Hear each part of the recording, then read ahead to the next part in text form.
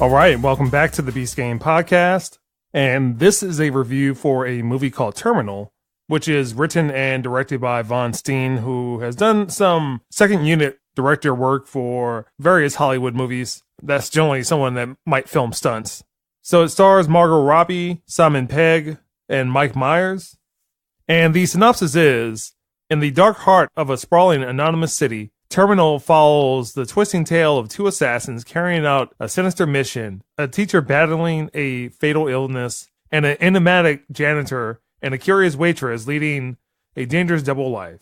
So the movie really starts off with a lot of just nonsense, and some of it relates back to Alice in Wonderland. So you have a voiceover from Margot Robbie. I think she's in a confessional asking for permission to do a hit, and it's not really clear on who the hit's going to be on. Then you have some other just voiceovers, again, relating back to Alice in Wonderland. And then it goes into the credits, which the credits were actually really nice. It was a cityscape just with neon signs and showing people's names. You have Margot Robbie that seems to be a hit woman or something close to that. And then you get to Simon Pegg, who's waiting for a train, and the train's not going to be coming. And then you have Mike Meyers and some very bad prosthetics telling him the train's not going to come. I would try to summarize maybe the first third of the movie, but it's very difficult because nothing really happens in the first 15 to 30 minutes. And it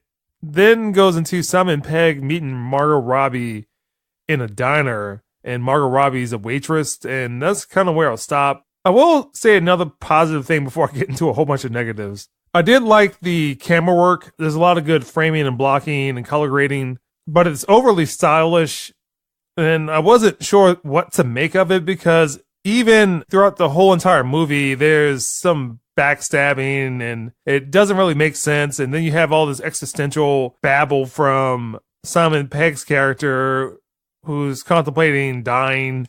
There's a lot of overacting, and it has multiple stories. So you follow Margot Robbie's character, you follow Simon Pegg's character, then there's two other criminals, and then there's this mysterious underworld figure named Mr. Franklin that Margot Robbie goes to that asks for permission for a hit. And it kind of goes back and forth with the two criminals, and then they have to go find somebody that turns out to be Margot Robbie.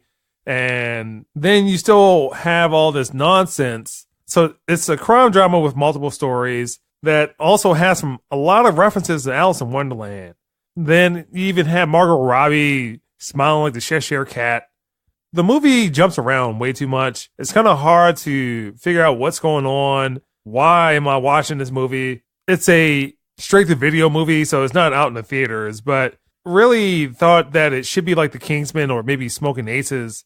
But what you get is this overly elaborate nonsense story with a lot of famous people. So why is Mike Meyers in this movie when he doesn't really do a lot of movies recently?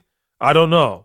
Margot Robbie was in the very good movie I, Tonya recently. Why is she in this movie? I don't know. Simon Pegg, I can understand why you're in this movie because you would do stuff like this. But I just really dislike this movie. I wish I could get back the hour and a half, 2 hours that I saw of this, and I was hoping that it would go somewhere. It seemed like it was cool, especially from the opening credits. Like, oh yeah, this seems great. You have Margot Robbie, Simon Pegg, Mike Meyers. Yeah, this should be a good movie, but it is poorly written, and again, it's just a lot of nonsense, psychobabble. And that's why it's getting a 1.5. It's only getting a 1.5 because of the credits and the camera work.